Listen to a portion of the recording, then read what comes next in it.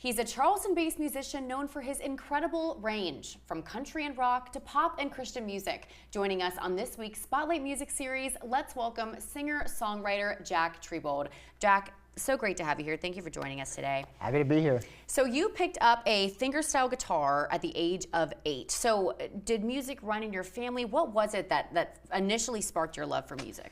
First of all, no, neither of my parents play. It's a gift from God, but for me, Brad Paisley was the thing. I saw him play, and I'm like, I want to do that. So, and it just kind of came to you. Yeah, I had a good teacher in town that his name is Eddie Bush. I don't know if you know who he is. Yeah, absolutely. We've actually had him on the show before, so that's awesome. And something that you're known for is, you know, if you're playing and someone comes up and requests a song, you step off for a second and you're able to learn a song so quickly. So how did you develop such a versatile ear? Well, how did I develop?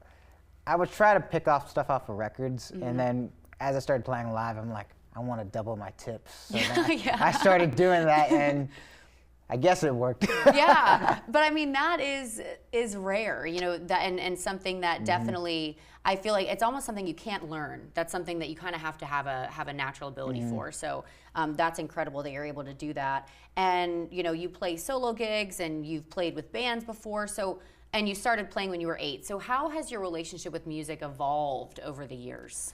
Honestly, my passion has grown for it, and to me, the best part about it, it's now a job. So I would say, yeah.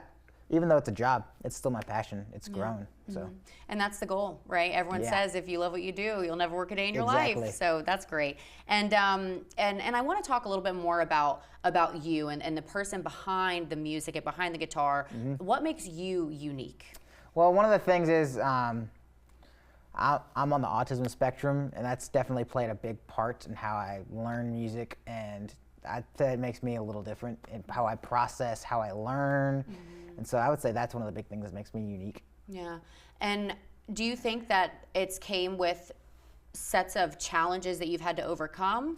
Oh yeah, for sure. Like certainly in school, that was definitely a thing. Once I got into music for some reason, if I didn't have the autism, I don't think the music thing would have, I don't think I would be able to do what I do musically. So I think it's a catch-22 thing.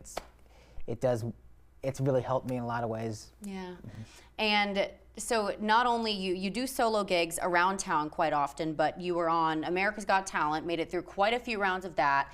I have to know, what in your mind is the most memorable performance of your career thus far? Well, I got to play with Tommy Emmanuel. If you don't know who Tommy Emmanuel is, he's a fingerstyle guitar player, and he's someone I would say he's one of the best in the world. I got to play with him at a CAS convention when I was 18, the Chet Atkins convention in Nashville. And so I would say that might be my favorite performance yet. It's on YouTube too if you want to look it up. Yeah. Well, I mean, I would probably agree if I got to perform with him or perform in front of him too. So you released part 1 of an EP, and you have part 2 coming out that's going to create an album. So tell us a little bit about part 1 and then this part 2 that is coming soon.